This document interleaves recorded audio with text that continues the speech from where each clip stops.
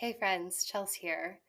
You are about to go on a journey with us behind the scenes as we planned out this next podcast episode that drops on Tuesday. Mike and I go back and forth before we record to make sure that when we're saying things, we're using the same language and we're understanding one another and we're able to cohesively deliver messages to you. And so this week we wanted to let you behind the scenes on one of those conversations. Let me know what you think. Like, is this something you want more of? Is behind the scenes helpful? Is it too much? Too weird? Let us know. And I hope that you walk away with some confidence and excitement to try maybe some of this in your own relationship. Okay, now, before I change my mind, here's the behind the scenes. Talk about that. But I don't, but do you see a place for your voice in that conversation? The conversation I would propose, piggybacking off of that, is like being steady versus being ice cold. Like, Or the other extreme, right? Steady's actually, I think, in the middle of the two. So, like, there's somebody this is where I've been, very emotionally feeling. And so strong emotions felt overwhelming. And so I sort of like ran away mentally, right? Okay, so what I'm learning is to stay. If it's uncomfortable, I'm here. That's where it is. That practice alone brings calm. So like there's a way to do it. The other side, so like runs away or is so harsh or cold or hard, right? Like rigid. Like that doesn't work either. It's steady, but like human, right? Like, hey, we have to be hard, but we've got to also account for our whole. I think we see the spectrum differently. Like you're saying, you're seeing steady in the middle, and I'm Yeah, tell me how you not. see it. Yeah. I'm trying. I guess it's not like the difference or the median point between hysterical and would stoic be the correct word there? Yeah, stoic. Mm.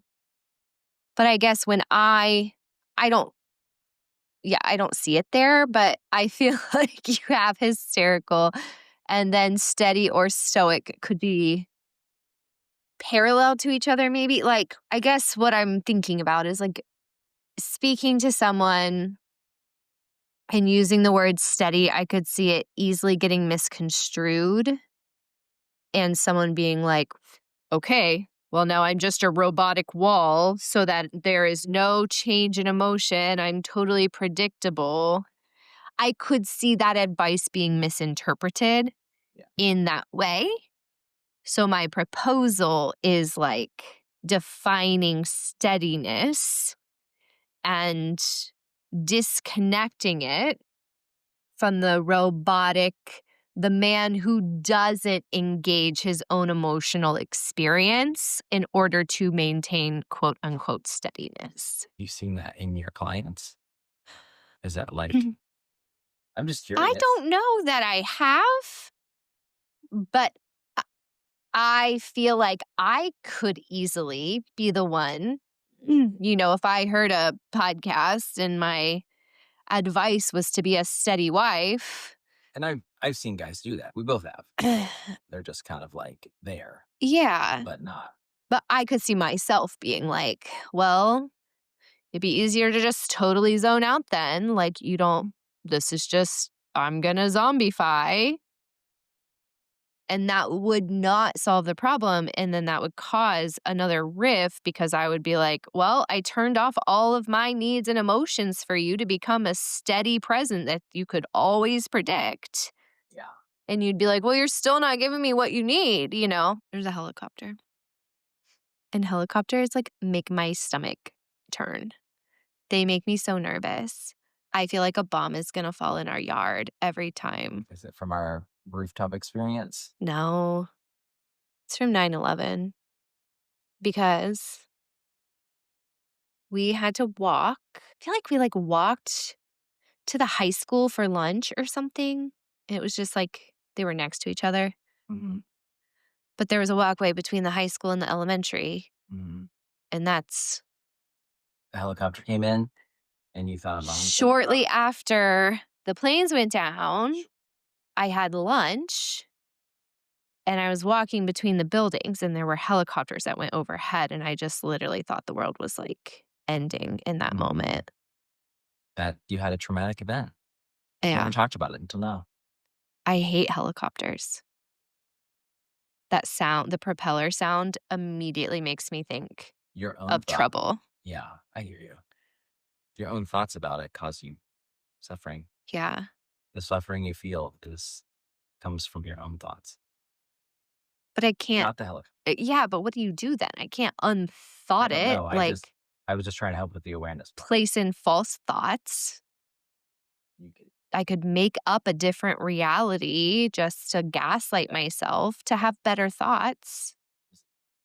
I don't know. how about you just fill in the blank and you say to your younger self, "Hey, there, kiddo. Hey there, kiddo.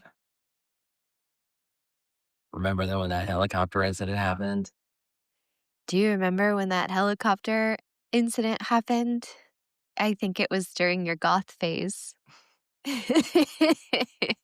That was a scary moment. That was a scary moment, You learned nothing bad happened." but you learned nothing bad happened that time. Hard one. That is. Why do you want to stay afraid of helicopters? What is it that you don't want? To take a suggestion from an outside source, you'd like to come to that conclusion on your own. Hmm. That would be my stubbornness, but I think I'm just afraid I won't fully mean it.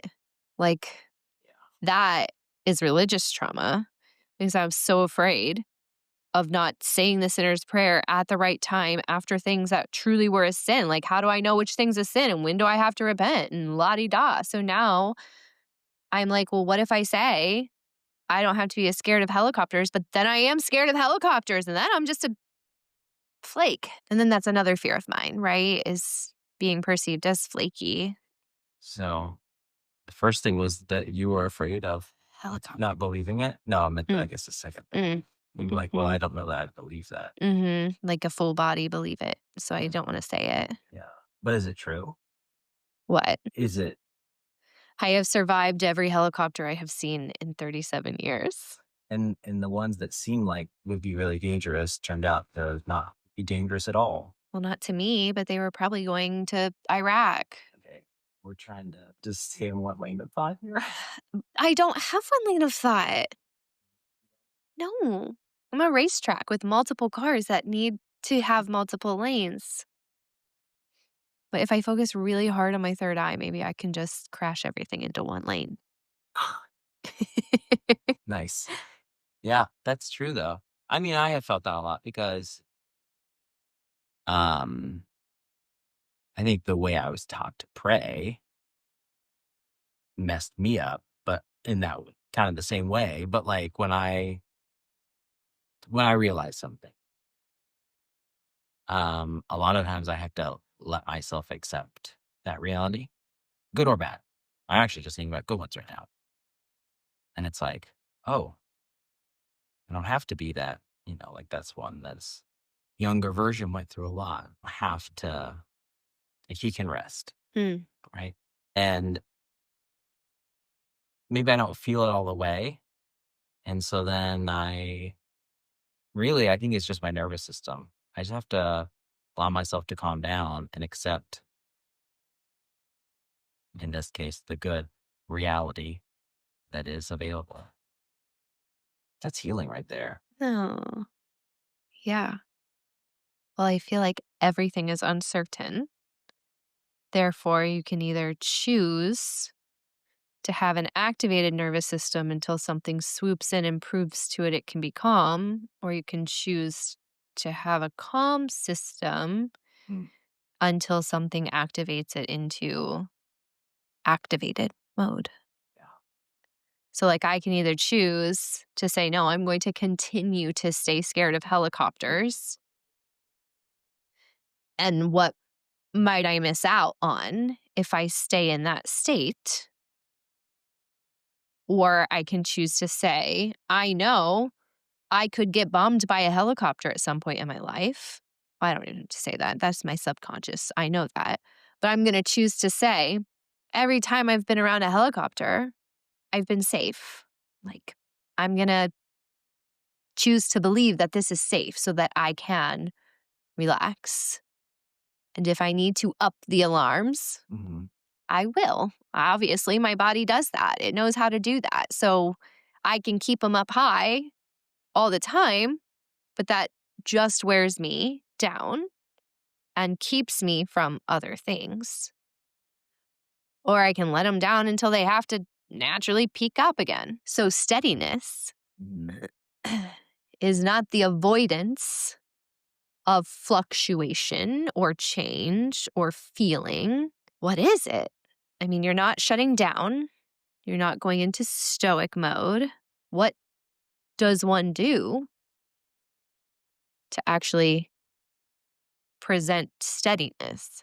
You just made me realize that I could talk about it from a few different angles, because what works for one person may not work for someone else, and vice versa. But to me, one thing that helps is sometimes I think about I'm hanging on to an anchor. I am hanging on to an anchor to become an anchor, right? Just deep inside myself, I'm hanging on to that core piece, right? Like I'm anchored in. I don't know how to describe that, but just feels like an inside anchor. Okay. So that would be like a spiritual approach. Yes. Or metaphysical, energetic, however you want to think about it. That realm. Uh-huh. Okay. But then there are also nervous system techniques, Okay. which are very plain, easy to understand. Anybody can do them, right? And so one of those is to have a longer exhale than an inhale. And if you're in, like if it's a conversation where someone is talking, that's a great opportunity to be aware of your breathing as you're listening to them. Next time. Yeah. And I actually ask these questions, and I really like this. I saw this. Anchored presence is a good term for emotional steadiness. And it is a man's ability to stay calm, or a person's really stay calm, curious, and connected, even when emotions run high, his or hers. If his are high, though, he's probably not calm.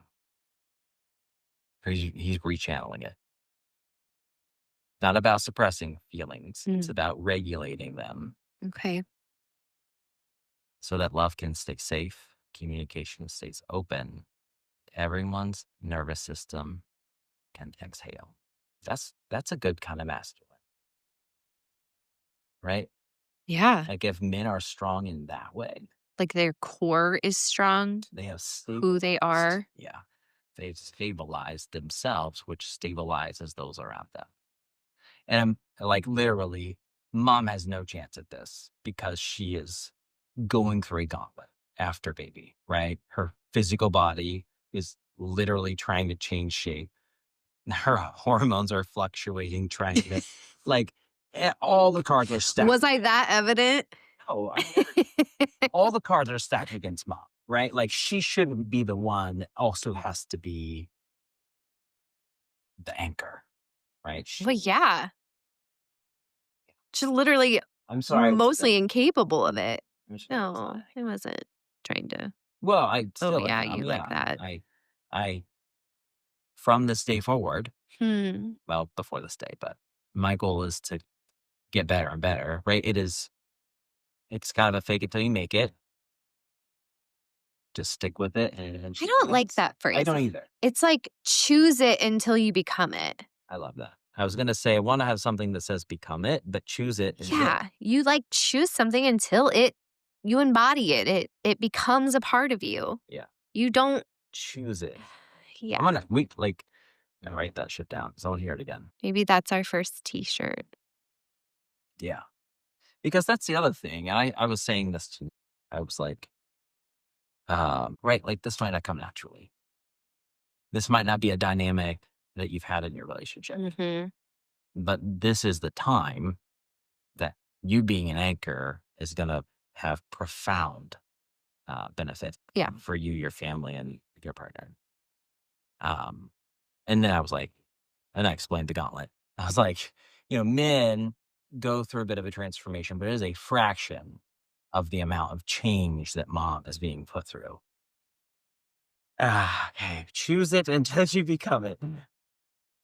One thing at a time. Hmm. Yeah. And I'm trying to practice that with the kids. I have felt a little on edge the last couple days, and I think it's because I'm to medication. That doesn't mean I can't do it. I think I need to remind myself more often. And I'm asking you if you think of it to say, remember you're not on your medication or Yeah. whatever. Medication changed, and not whatever you want to say to clue you in to take a step back. And 'cause guess what? My kids aren't going to remember our agendas. They're not going to remember our rules very much. They're not going to remember whatever we were talking about, but they will remember how they felt. And like, that's what I want to prioritize. I don't want to spoil them, right? Like, Like right now, one of them feels real safe expressing herself. yeah, Like, that's true. Yeah. Yeah. uh, But like, I love that because our kids are always going to have ups and downs, right? And I love that as Emerson is in this sort of like Sage got more presence and yeah, a couple other similar things. It's an opportunity where I feel confident that we can give him the story, right? Like, hey, I'm loved. These people are looking out for me. yeah. Hold, hold on, hold on to me, Song. 'cause I'm a little unsteady, little unsteady. A duet. Is there another singer in that one? When you join me. I was thinking karaoke night. I don't know. I don't think it is. But when we have marriage conferences, that's the song that everyone will meet in the middle of the aisles uh, and put their arms around each other's waist and will sway back and forth and just sing it. Oh, no, that's how we'll start it. And by the end, they'll be steadier. Yeah. So that has incredible outcomes when the non-birthing partner can do that. It And literally when you say that, because my brain, um develop an anchored presence, um the ability to I know, remain calm, like okay, thank you. curious, and connected. I like those three together. Okay. Because when you say like maintain a steady presence, that feels like a cloud. Right. I appreciate that. Yeah. I need to know, like, Curious, connected. even those need to go probably a little more specific. Like, Right. Connected emotionally with partner. but how do you know that? What are the markers, the indicators?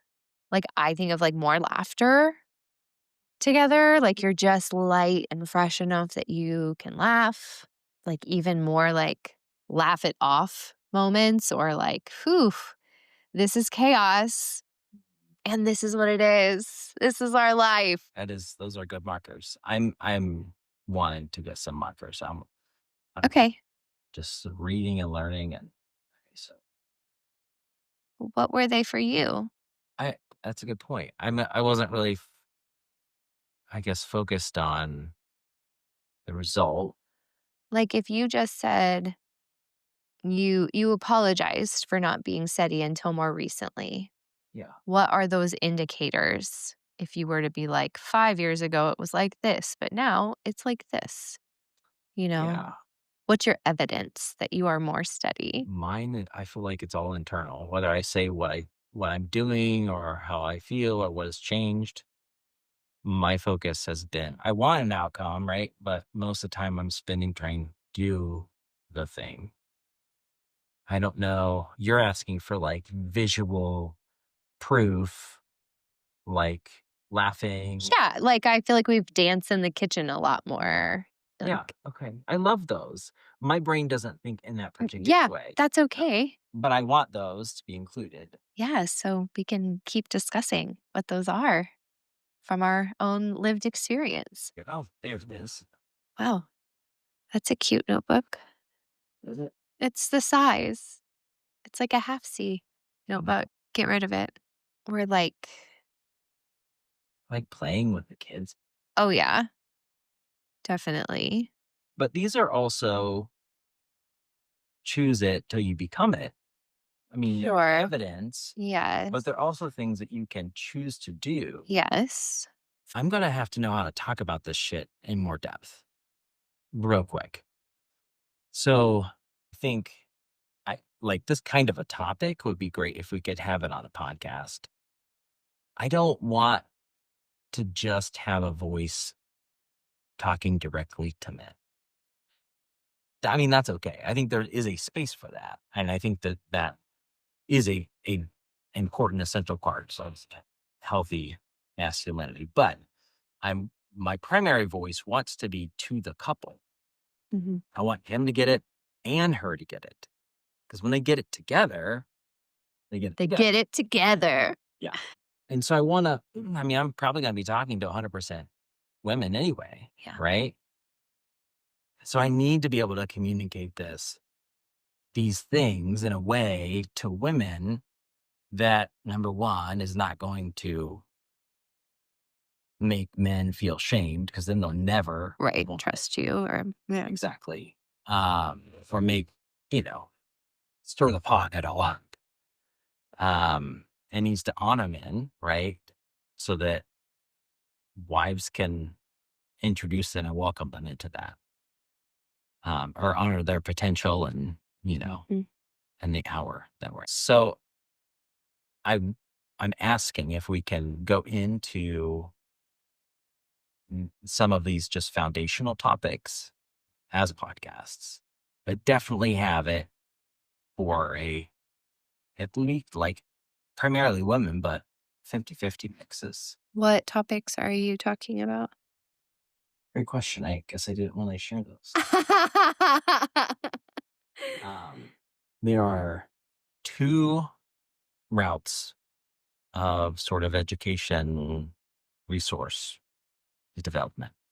One of them is based on the five, right? These are the five biggest challenges. What can men do exactly? What are the actual practical things they can do that are most likely to make the best impact there? That's one train of thought. The other one is becoming better men. Like that's a much bigger thing, but the idea is entering fatherhood is the perfect time for like being reborn, like fully Mhm. transformed into something better than you ever have been.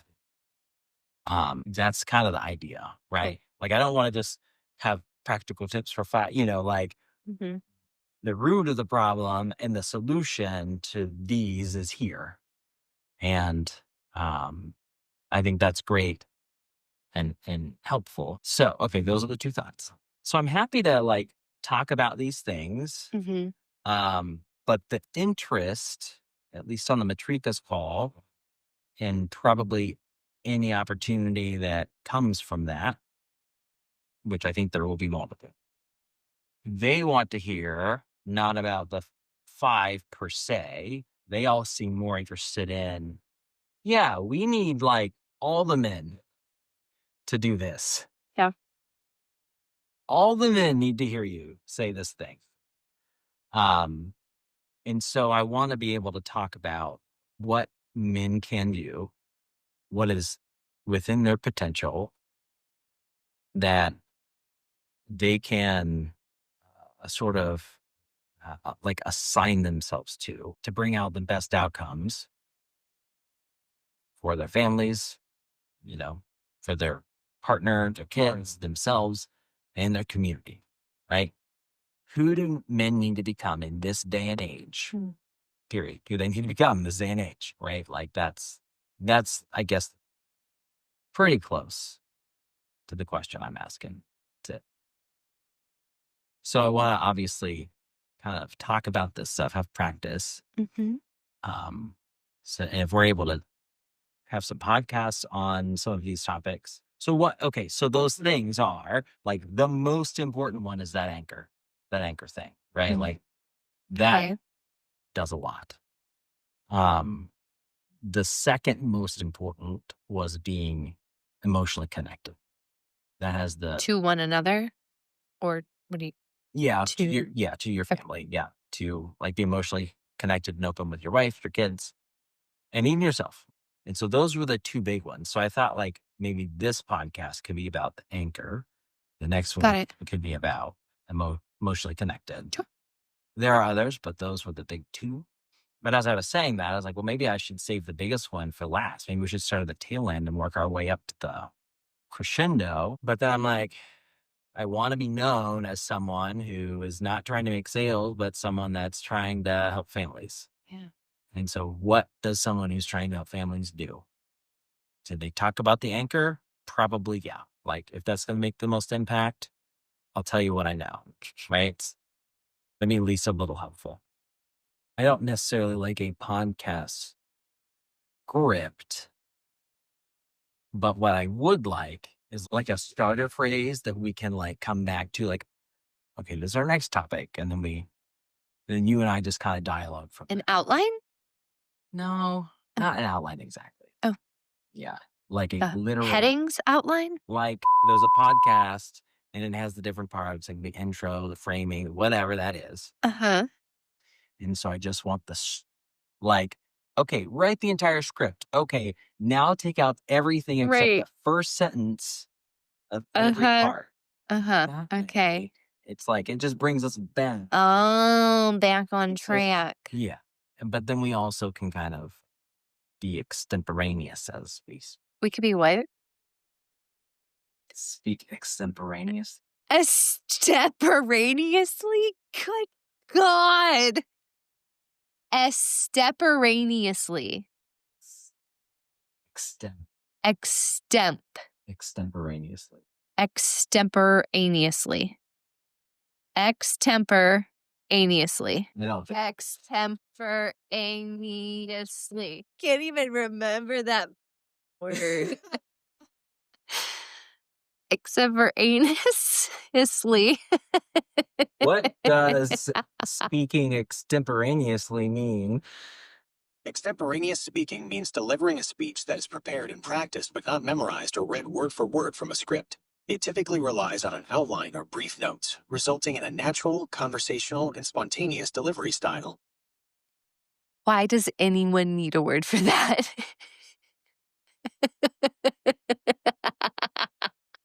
You can make fun of me all you want, but I'm glad I know that word. I used to just think it was because you're older than me, but I think you're just a lot nerdier than me. Smarter, honestly, is what I should say. You are brilliant and it's annoying. But sometimes my brain just works weird. So Extemporaneously. yeah, No, I do not want to know anything more about that.